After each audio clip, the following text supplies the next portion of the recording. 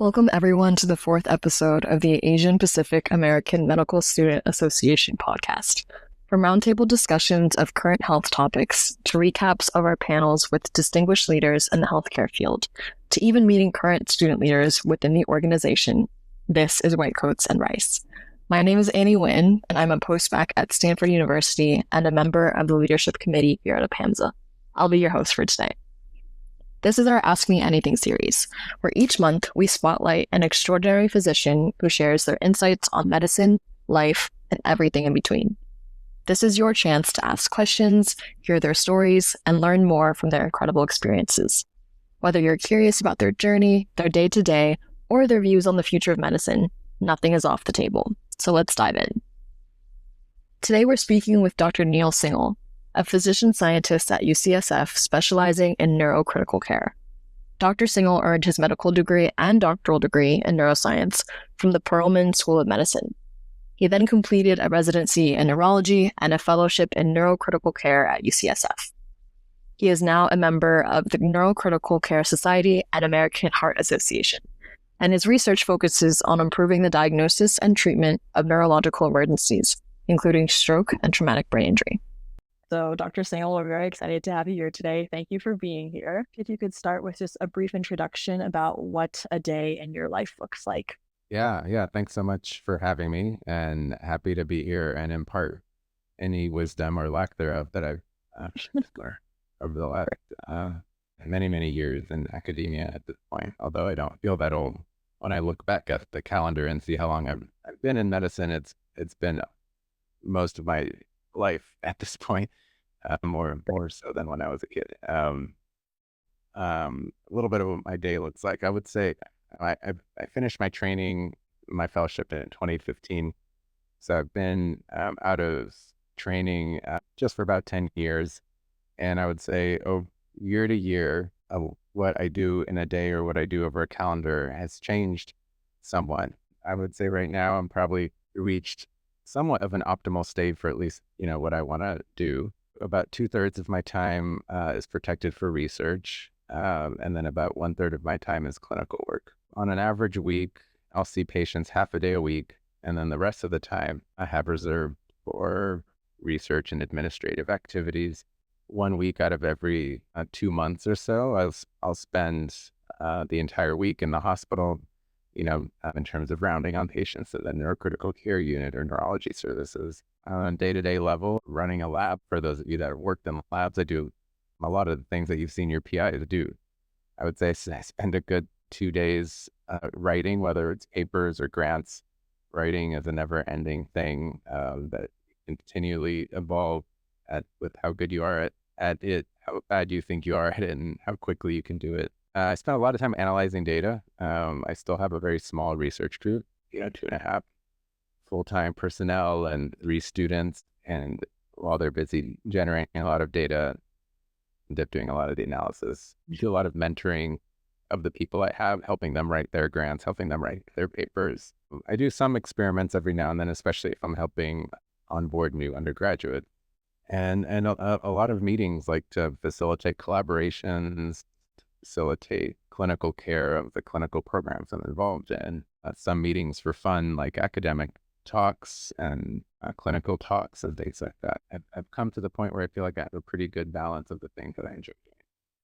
So this balance and having your hands in a bunch of different pots, it sounds really exciting because you get some of the clinical input as well as some of the maybe less exciting administrative stuff, and then you have all your scientific endeavors. So was this structure something that attracted you to this specific line of work, or what was it that attracted you to neurocritical care? I would say that really for me, and it might be different for different people that you ask, but for me, I was really driven by the content more than anything else. I didn't think so much about what my life would be like.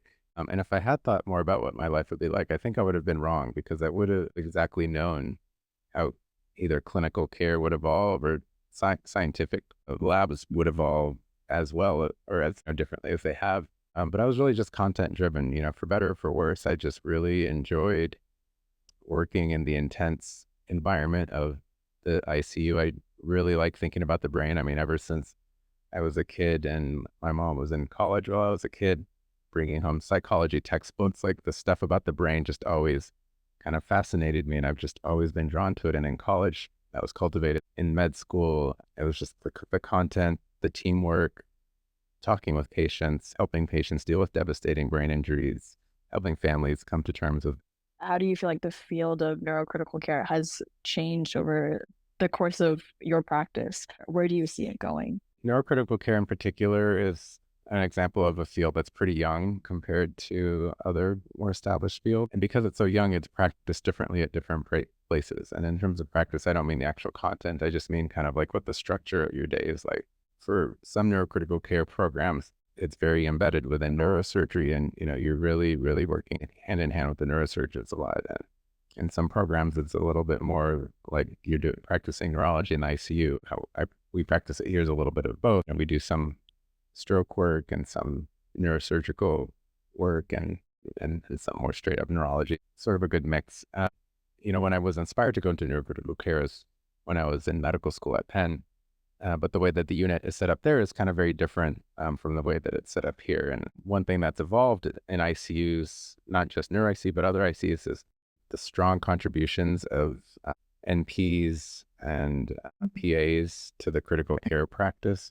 So it really does allow for these larger units, for you to practice in larger units, taking care of more patients with more staff, but still sort of being able to do a good job because you have really well-trained physician extenders to some degree. So I think the practice has changed in many ways, and it's different in many ways because just depending on what institution you're at. Are there certain things about the division at UCSF that really drew you in aside from being able to do research? I think, to being able to do the research is a big part of it. Get a lot of places around the country when you're practicing something as technically intense as like surgical specialties or practically intensive, and many medical specialties are, the program really benefits from having clinicians that are really focused on the clinical. But at places like UCSF or academically focused places, we just have an abundance of intensivists and neurointensivists. Look at the whole state of California, or you look at all the non-big cities in California, and maybe there's like one or two or three neurointensivists in those cities. Fresno or Reno or upstate California, there's very few. But then you look at the big cities, the big academic centers, and we have like a dozen just here at UCSF, and you include the whole Bay Area, we have so many. So it really gives us the time that we need to, devote to clinical care, but then also to extend the capabilities of clinical care with research. For those who are interested in neurocritical care, do you believe that research is an experience that is essential for their training, or are there other skills and experiences that would be very helpful? Nowadays, in most fields of medicine, I don't know if research is essential anymore because there's so many roles that physicians, so many useful roles physicians can play, and research is just one of them. Even at places like UCSF, research is not necessarily required, or for some specific job descriptions even wanted. Historically, places like UCSF and academic centers really benefit from having researchers around, and a lot of patients come to places like UCSF because of the research capabilities and the history of that.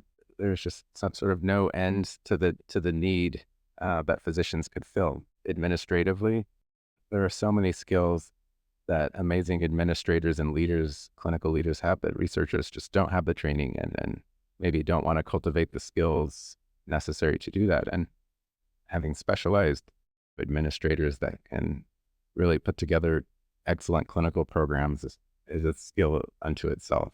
Education is another forefront where academic centers don't necessarily need you to focus on research. And especially over the last 5 years, there's just a late but growing recognition that just because you're a physician doesn't mean you're a teacher. Places like UCSF and probably others have really invested a lot of time and money into teaching educators, teaching physicians how to be educators, as opposed to just sort of handing them students and saying, somebody taught you, so now you can teach them. They're actually giving people training in how to be a good teacher. And then even within research, right, it's not just basic science or clinical research, but there's epidemiology, public health. There's almost innumerable and different niches to fill if you're a physician. So on the note of research, there was a question in the chat from Rihanna about transcriptomics and genomics research in the neurocritical care setting. So any thoughts on that? Yeah, one of the best examples that the medicine field has for precision medicine is oncology. Oncology has really had amazing progress in treating so many different types of cancers over the last 15 years and brought new things, new therapies to market for very specific cancers and have the promise to do so more. And not maybe not every field is going to benefit as much from precision knowledge about the disease, but it can't hurt. And I think we're still just at the surface of understanding the contributions of omics, like genomics or transcriptomics or proteomics or other new omics that people keep coming up with, like cellular vesicular omics and other omics that we don't even know about, how that's related to a specific patient's disease. A lot of people say that progress in clinical research is slow because it takes evidence so long to accumulate about a treatment. For example, in the world of stroke, one of the newest treatments since 2015 is something called embolectomy, where you can actually go in with a catheter and remove the blood clot if the patient has a specific kind of a stroke. And it makes such intuitive sense that this procedure would work because you're taking out the blood clot and now they have restored blood flow. But there's actually kind of a long history of this procedure actually causing more harm than good when the devices were early. And even when the devices were good, it wasn't clear which patients would benefit from it.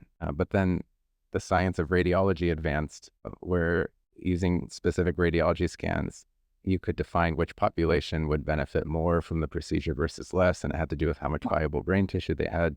So that type of precision radiology really helped stroke advance. And similarly, I think that type of precision omics can help a lot of different fields advance, including neurocritical care. There's so many controversies in neurocritical care that haven't necessarily been answered by what people thought would be definitive clinical trials. And the opportunity to have additional biomarkers from omics that might really help specify the patient populations that benefit from a treatment or don't benefit. So the generation of all these omics, I agree, is very interesting. Sifting through all that data and finding these biomarkers is the next frontier, but there's definitely a lot to sort. Are there specific skills or experiences that you would recommend for those who are interested in neurocritical care to pursue? Most places now have a neurocritical care rotation. Certainly having that rotation under your belt helps a lot. If you want to go into any critical care field, the rotation that actually helped me the most as a med student was anesthesia. Spending a month in anesthesia was the most helpful thing I can think of in medical school. Maybe just for one reason, it just really made you comfortable with more critical situations. If you ask most intensivists what the scariest things are for them, it's by far and away airway issues, and spending a month on anesthesia is by no means enough time to become an expert on airway, but at least it gives you some knowledge of like what you would need to know to help take care of patients' airways when those crises come up. So anesthesia was a super helpful rotation for many reasons. The background that you get from neurology is obviously helpful, but then, more specifically putting that together in the critical. You mentioned earlier that there are undergrads that you've mentored before, and it does sound like mentorship is very important to you.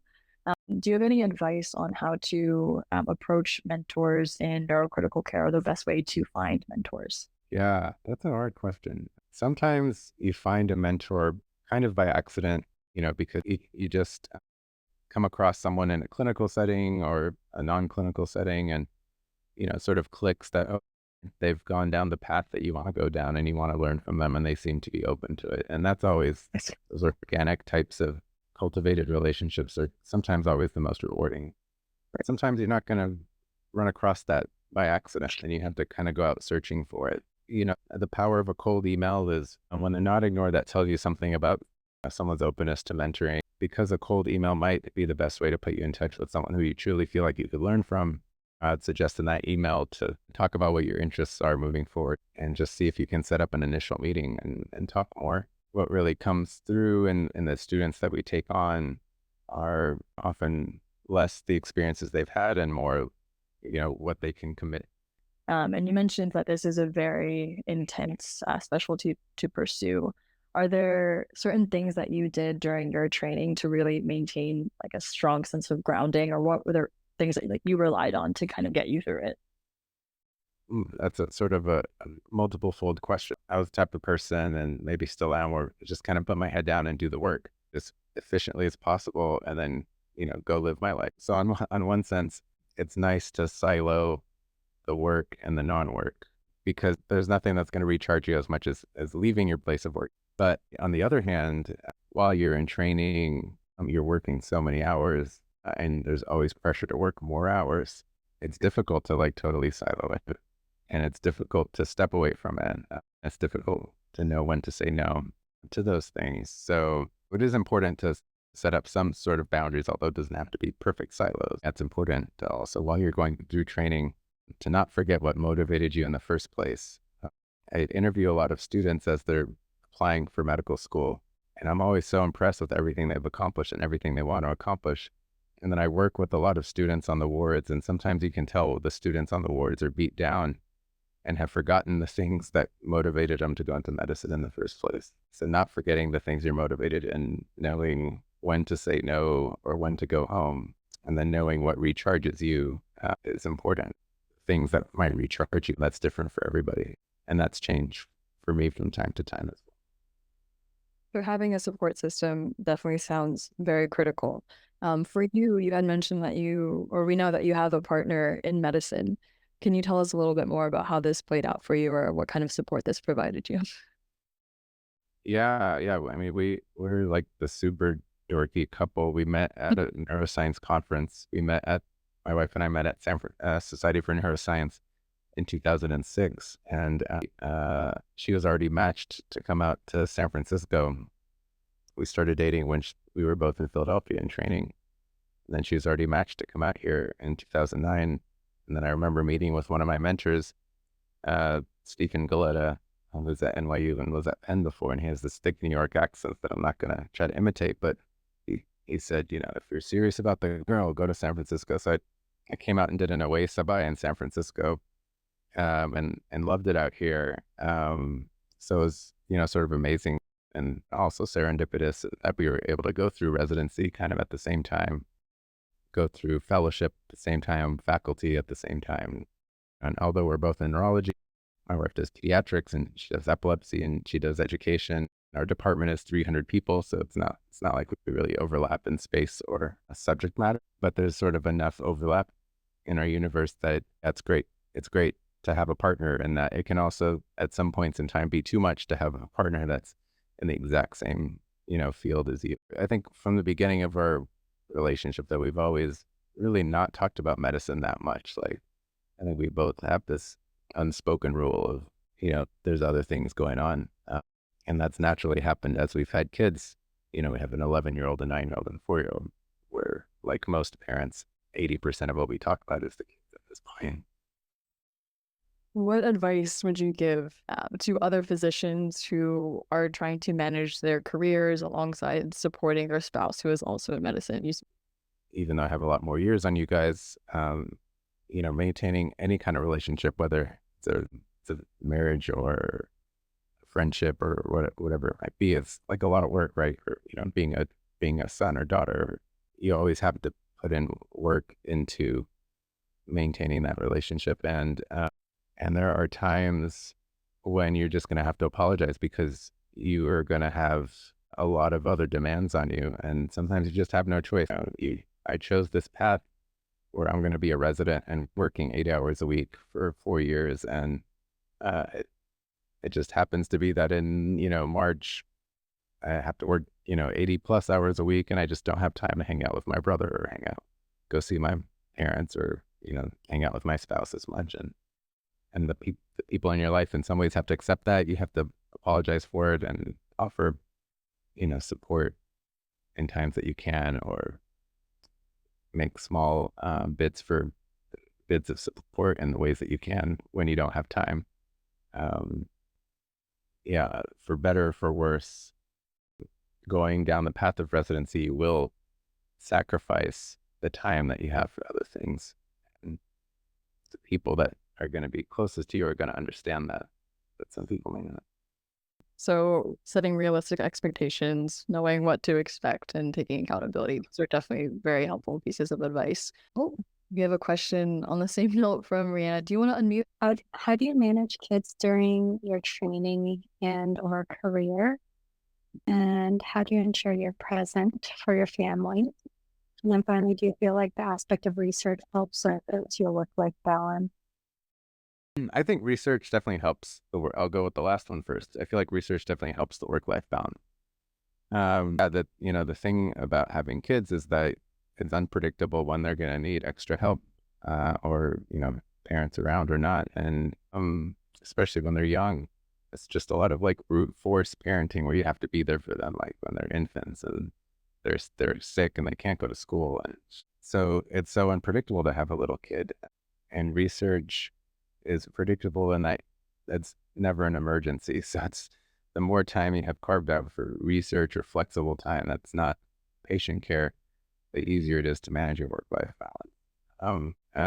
How can you be present for your family? Yeah, I think for me that's evolved over time. Like being an intensivist is both good and bad for the family. It's good because what's considered academic workload for an intensivist or even a full-time intensivist is not actually working every single week of the year. Like most hospitalist jobs are like 22 weeks out of the year, 20 weeks out of the year.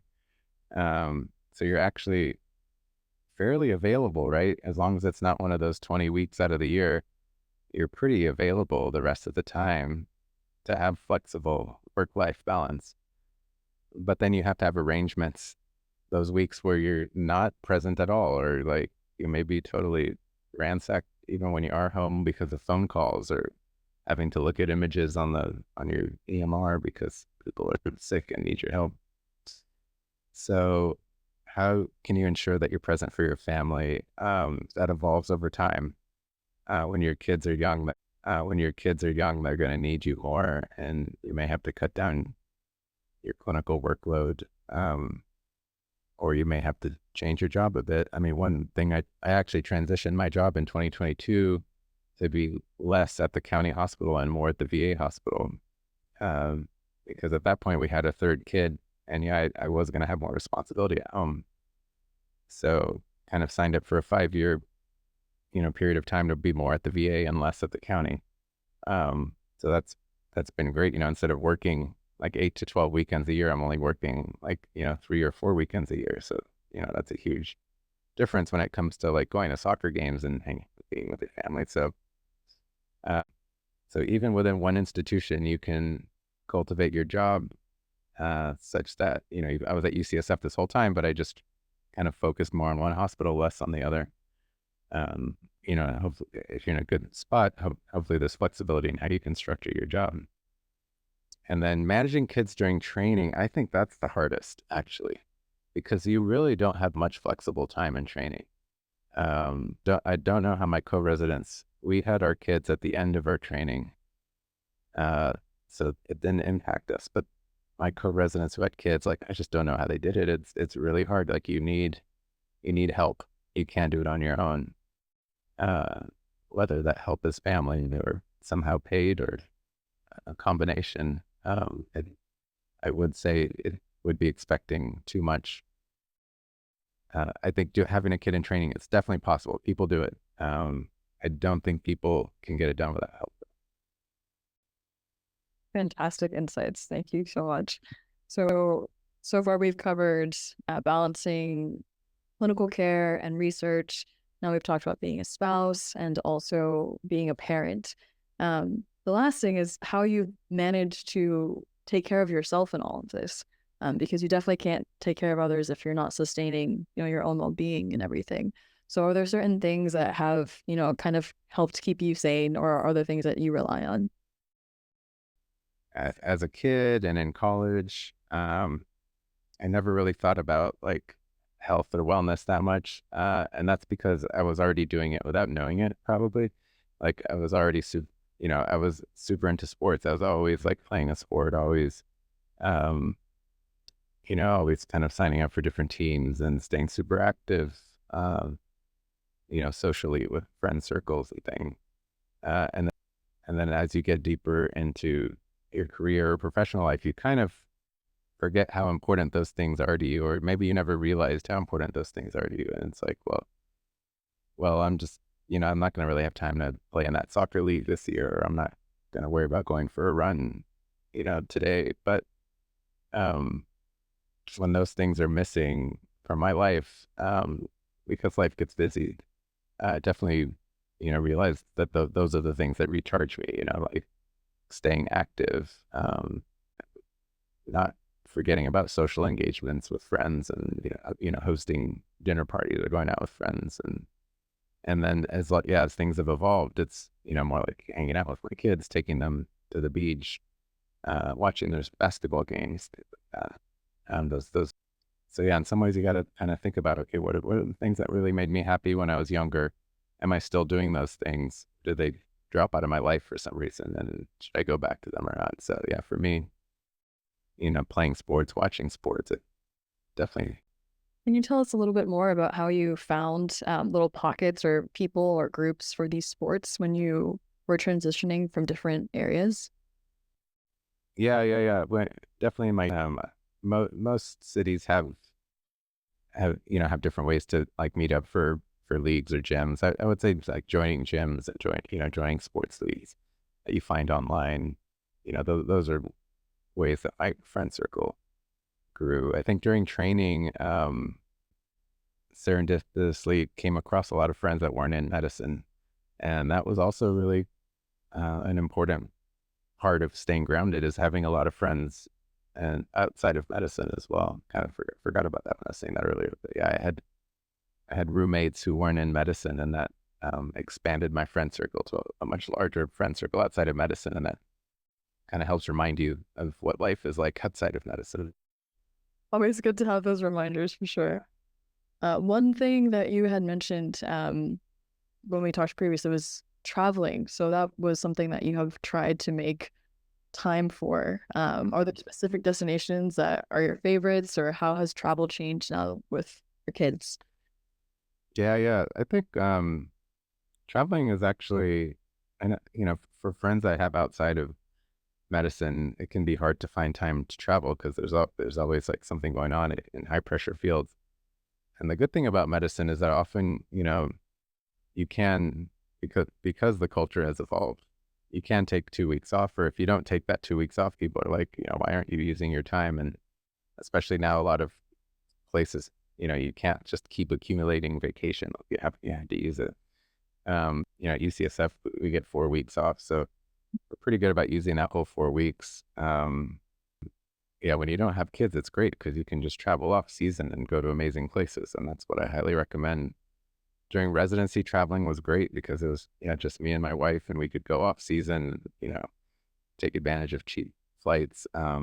We had amazing trips before we had kids. As we had kids, we had less amazing, but but also fun trips that were more local. Although this summer we did our first trip to Spain with 3 kids, so we still have the travel bug, trying to pass it on to them. So totally possible to travel with kids.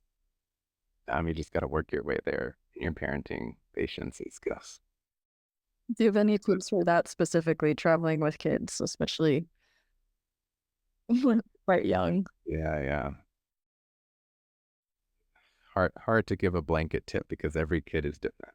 But I will say that when kids are from like 8 months to 2, it's just so hard to travel.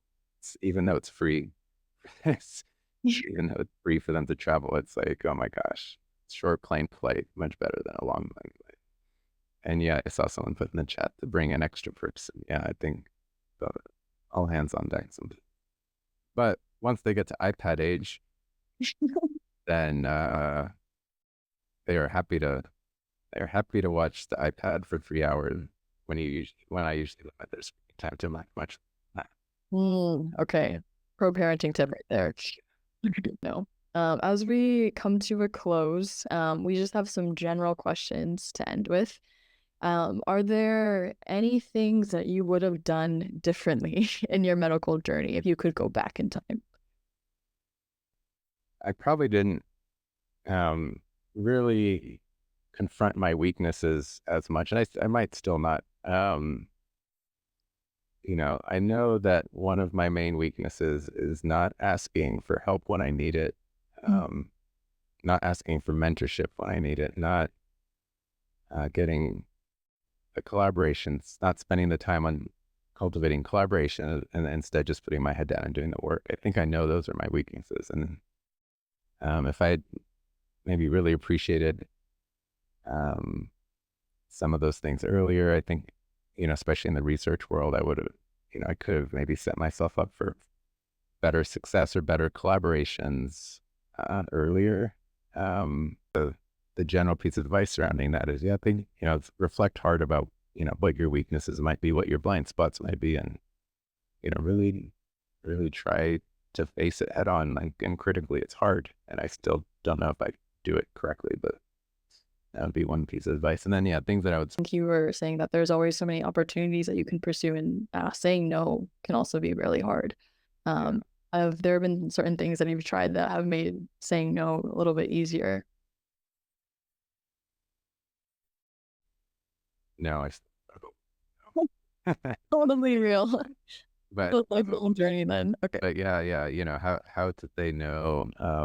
You want to say no as positively as possible when you do have to say no. And then you just also have to realize that some things you can't say no to. There's a lot of unwritten curriculum in moving up the ladder in a hierarchical place like academia. And sometimes if you say no to the wrong thing, they may not ask you again. So there is, that's talked about a lot now, but wasn't before. But there's a lot of unwritten curricula in academia. Most important advice is, really enjoy that free time that you have before internship.